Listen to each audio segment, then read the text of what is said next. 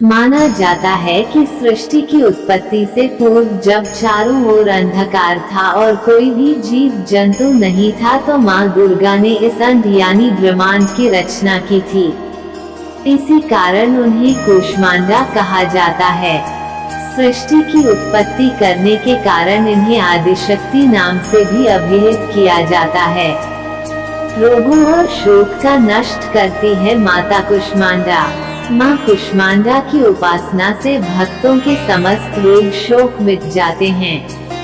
इनकी भक्ति से आयु, यश, बल और आरोग्य की वृद्धि होती है। माँ कूष्मांडा अत्यल्प सेवा और भक्ति से प्रसन्न होने वाली हैं। यदि मनुष्य सच्चे हृदय से इनका शरणागत बन जाए तो फिर उसे अत्यंत सुगमता से परम पद की प्राप्ति हो सकती है। माता कूष्मांडा की आरती पूजा का विधान। आज चौथा नवरात्र। देखिए, नवरात्र के चौथे दिन देवी मां को कूष्मांडा के रूप में पूजा जाता है। अपनी मंद हल्की हंसी के द्वारा अंध यानी ब्रह्मांड को उत्पन्न करने के कारण इस देवी को कूष्मांडा नाम से पुकारा जाता है। जब सृष्टि नहीं थी, चारों तरफ अंधकार ही अंधकार था, तब इसी देवी ने अपने हास्य से ब्रह्मांड की रचना की थी। इसलिए इसे सृष्टि की आदि स्वरूपा या आदिशक्ति कहा गया है।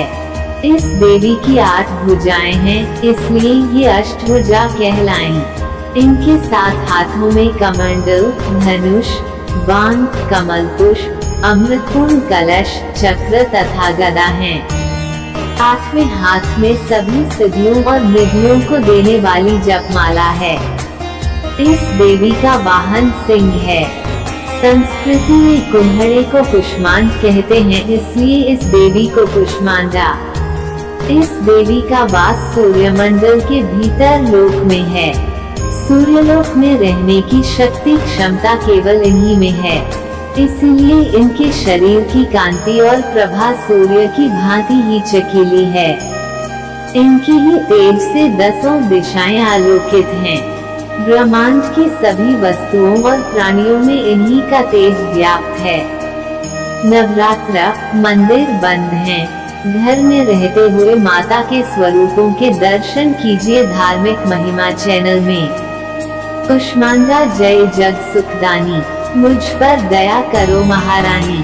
पिघला ज्वालामुखी निराली, शाकंभरी माँ भोली भाली। लाखों नाम निराले तेरे, भक्त कई मतवाले तेरे।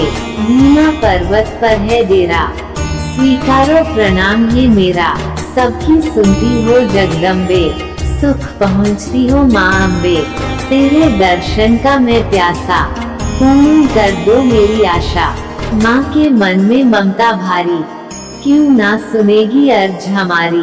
तेरे दर पर किया है डेरा, दूर करो माँ संकट मेरा। मेरे कारज पूरे कर दो, मेरे तुम भंडारे भर दो। तेरा दास तुझे ही ध्याए, भक्त तेरे दर शीश झुकाए। माँ की उपासना से सिद्धियों में निधियों को प्राप्त कर समस्त रोग शोक दूर होकर आयु यश में वृद्धि होती है। प्रत्येक सर्वसाधारण के लिए आराधना योग्य यह श्लोक सरल और स्पष्ट है। माँ जगदम्बे की भक्ति पाने के लिए इसे कंठस्थ कर नवरात्रि में चतुर्थ दिन इसका जाप करना चाहिए।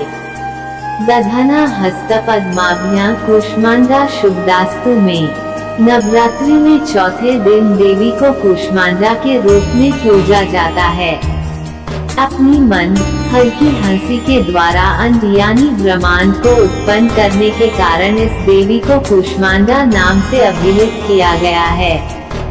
जब सृष्टि नहीं थी, चारों तरफ अंधकार ही अंधकार था, तब इसी देवी ने अपने हास्य से ब्रह्मांड की रचना की थी। इसलिए इसे सृष्टि की आदि स्वरूपा या आदिशक्ति कहा गया है। इस देवी की 8 भुजाएं हैं, इसलिए अष्टभुजा कहलाएं।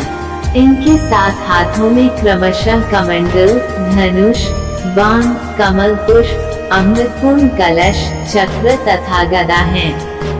8वें हाथ में सभी सिद्धियों और निधियों को देने वाली जपमाला है।